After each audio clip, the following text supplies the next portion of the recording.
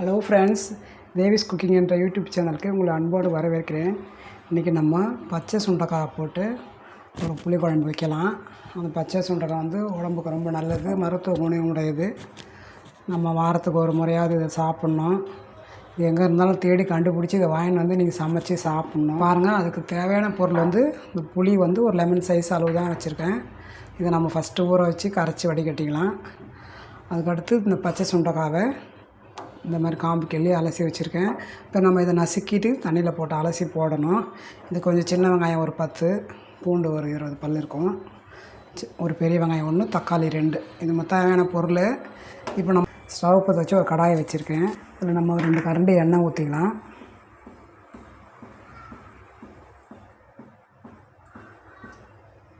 ஒரு 1/2 ஸ்பூன் வெந்தயம் போட்டுக்கலாம். ஒரு 1/2 ஸ்பூன் கடுகு போட்டுக்கலாம்.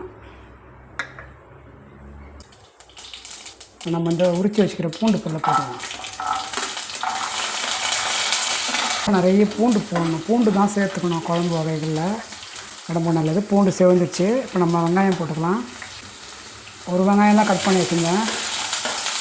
இந்த சின்ன வெங்காயம் ஒரு 10 உரித்து வச்சுருந்தேன், அதையும் போட்டுக்கலாம்.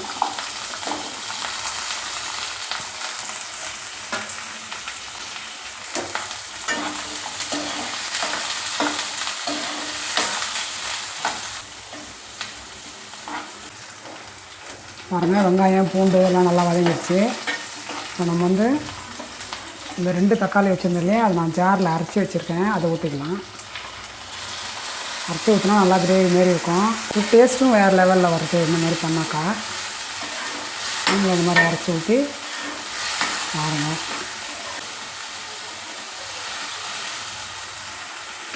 தக்காளி நல்லா சுண்டிடுது. இப்போ நம்ம கொத்தமல்லி அரைச்சி போட்டுக்கலாம்.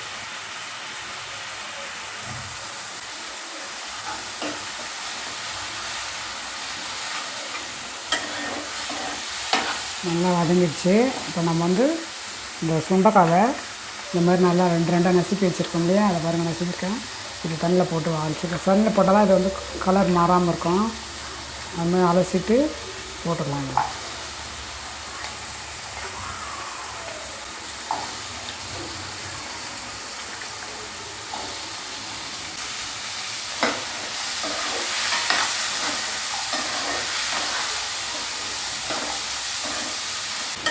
இந்த மாதிரி சுண்டைக்காவை போட்டு நல்லா எண்ணெயிலையும் இந்த வெங்காயம் தக்காளி அப்படியே சேர்ந்து கொஞ்சம் நேரம் வெந்ததுன்னா அது நல்லா டேஸ்ட்டாக இருக்கும்.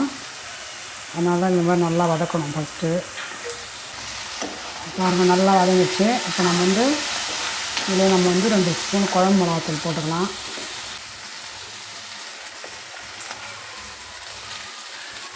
ஒரு சிட்டிகை மஞ்சள் போட்டுக்கலாம். ஒரு 1/2 ஸ்பூன் சில்லி பவுடர் போட்டுக்கலாம்.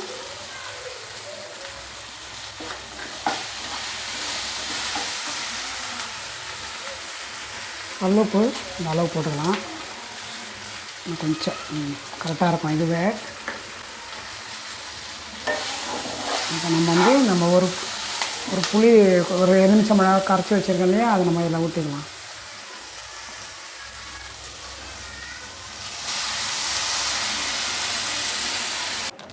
இது கூடவே தனியா ஒரு ஸ்பூன் போடலாம். நான் அதை மறந்துட்டேன். இது நல்லா ஒரு 10 நிமிஷம் நல்லா கொதித்து சுண்டி நல்லா திட்டமாக குழம்பு பதத்துக்கு வந்தோடனே நம்ம ஆஃப் பண்ணிடலாம். உப்பு போட்டிருக்கல, அதை நல்லா கலந்து விட்டு டேஸ்ட் பார்த்துடலாம். சூப்பராக இருக்குது. இப்போ நம்ம இதை அப்படியே கொஞ்சம் நேரம் மூடி வச்சிடலாம். நல்லா கொதிக்கிட்டோம். வச்சு ஒரு 10 நிமிஷம் நல்லா கொதித்தோடனே நம்ம அதை திறந்துடலாம். திறந்துட்டு நம்ம நடுவில் கொஞ்சம் கிளறி விடலாம். பாருங்கள், நல்லா சலசலன்னு கொதிக்குது. இந்த மாதிரி சும்மா லேசாக கிளறி விட்டு மறுபடியும் என்ன ஒரு 2 நிமிஷம் மூடி வைக்கலாம்.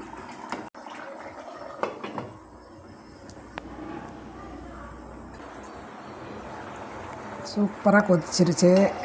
பாருங்கள், இந்த குழம்பு ரெடி ஆகிடுச்சு.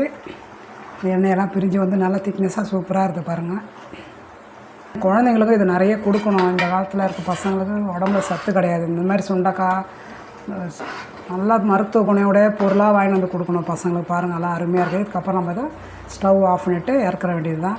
இந்த வேலை முடிஞ்சிச்சு. இந்த வீடியோ உங்களுக்கு பிடிச்சிருந்தால் லைக் பண்ணுங்கள், ஷேர் பண்ணுங்கள், சப்ஸ்கிரைப் பண்ணுங்கள், உங்கள் ஃப்ரெண்ட்ஸுக்கும் ஷேர் பண்ணுங்கள். அடுத்த வீடியோவில் சந்திப்போம். பாய்.